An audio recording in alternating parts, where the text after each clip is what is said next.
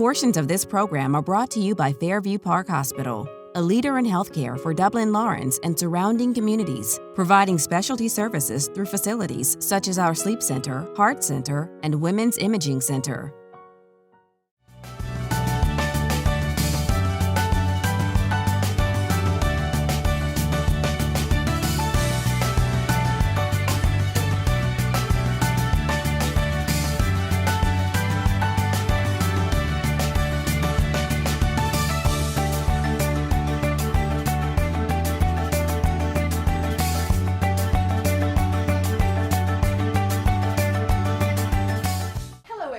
We are here today with some wonderful people from Fairview Hospital. We have Donna Trickey, and she is the Chief Nursing Officer, and Dr. George Harrison, he is the Chief Medical Officer for Fairview Park Hospital, and we are speaking to them today about the opioid crisis that is affecting our nation in general, so much so that approximately 130 people overdose every day due to this crisis. And we're going to talk to them about how that affects us here in Lawrence County, and we're going to talk to them about an event that's very important to the community that is coming up. So, Ms. Donna, would you like to start us out and give us some information about the crisis in general and your event? Well, first I'll tell you our event is September 7th, and we are sponsoring a drug take-back event. And what we're looking for is any unused portions of medications you have in your home. That includes both opioids and all medications. We'll be taking those back and disposing of them appropriately. We want to make sure that what you have in your home is appropriate and recently ordered for you by your physician, and not potentially getting confused or used outside of the physician realm. And so that event will be housed and will be in our hospital's therapy parking lot. And we're actually sponsoring it along with our Sheriff's Department, and they'll be there helping to manage that situation. So it's from 10 a.m. to 2 p.m. on September the 7th, which I believe is a Saturday. Yes.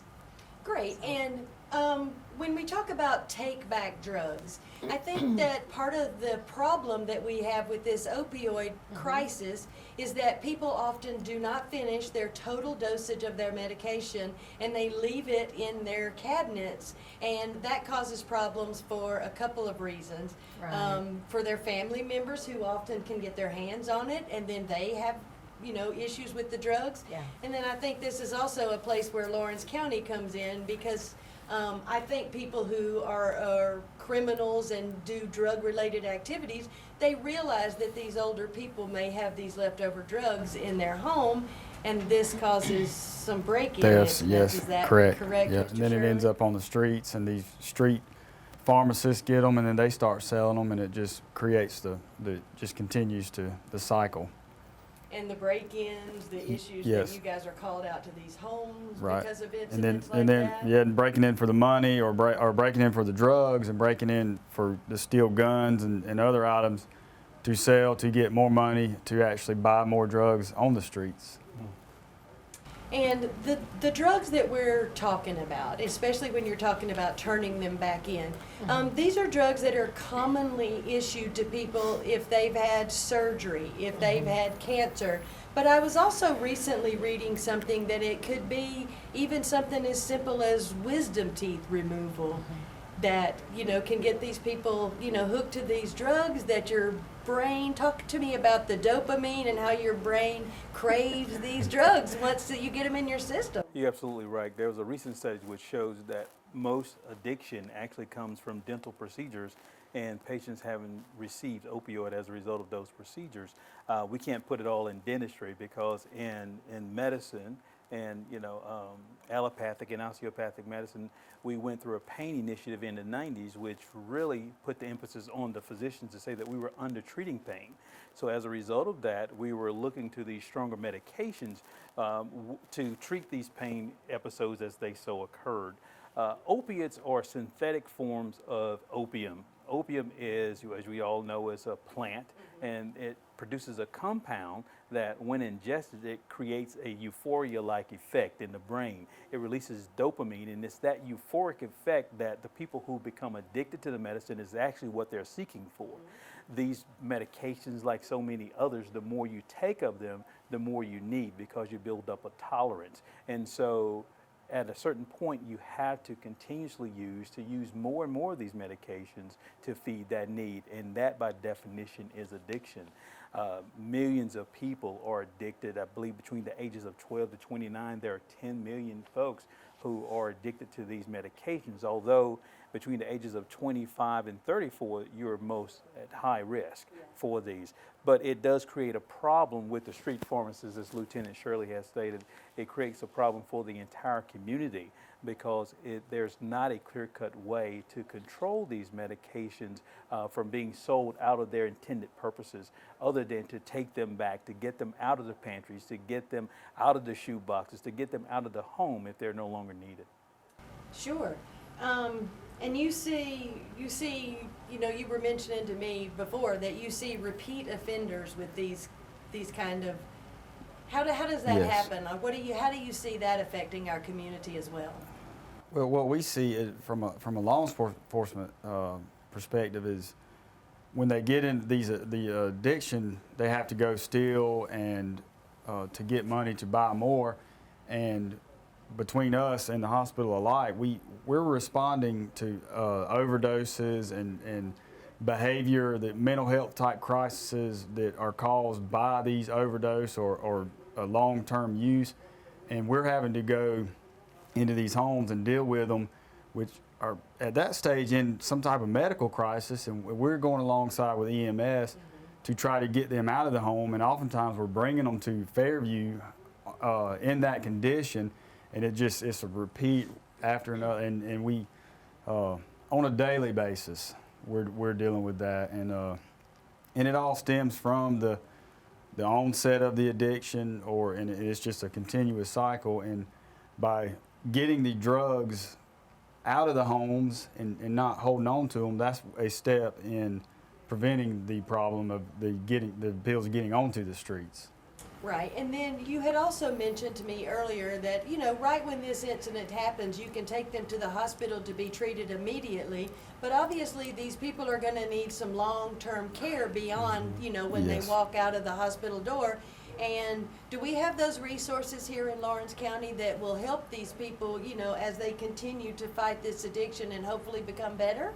We have some, a lot of it is more of a private, but what we deal with, we have a emergency receiving facility in Lawrence County, but what we've come to find out is it's not big enough to handle us, all of our people, so we're having to go out into the state, and as she can tell you, that we're backlogged. I mean, we have people that sit in Fairview for maybe a week at a time waiting on bed space somewhere in the state of Georgia because of the amount of people we're having to try to get treatment for. So we deal with it, and we deal with it alike, because we're having to transport them to these facilities, and sometimes we're backlogged on transports. They're waiting on us. We're waiting on bed space. So it is a major problem that we're dealing with, and we do the best we can by working together on trying to solve it on our level. Many of the patients that we're talking about are not funded. They are uninsured. Sure. And a lot of the agencies he's speaking of really are very difficult to get into without an insurance option for the patient. So it's really challenging, and we're focusing a lot on the opioids. And I think that if most people go into their medicine cabinet, they may find some medications that they've had that they didn't complete, and they thought, oh, maybe I'll use these at some point in the future. I'll just keep them back just in case. And I think that this is that opportunity to go through, look fresh eyes, see what you have maybe that needs to be taken out and removed. It may be expired. It may have been in there longer than it would be effective, and we can get those medications out. When family members come into the home, I know that people occasionally will come in, ask for Tylenol or ibuprofen or something like that in your medicine cabinet. You don't want to leave these things out where other people can find them, or children in your family maybe can get into these medications, and you can have a very serious negative event. So it becomes really important to just kind of look at the bigger picture of removing these from your household.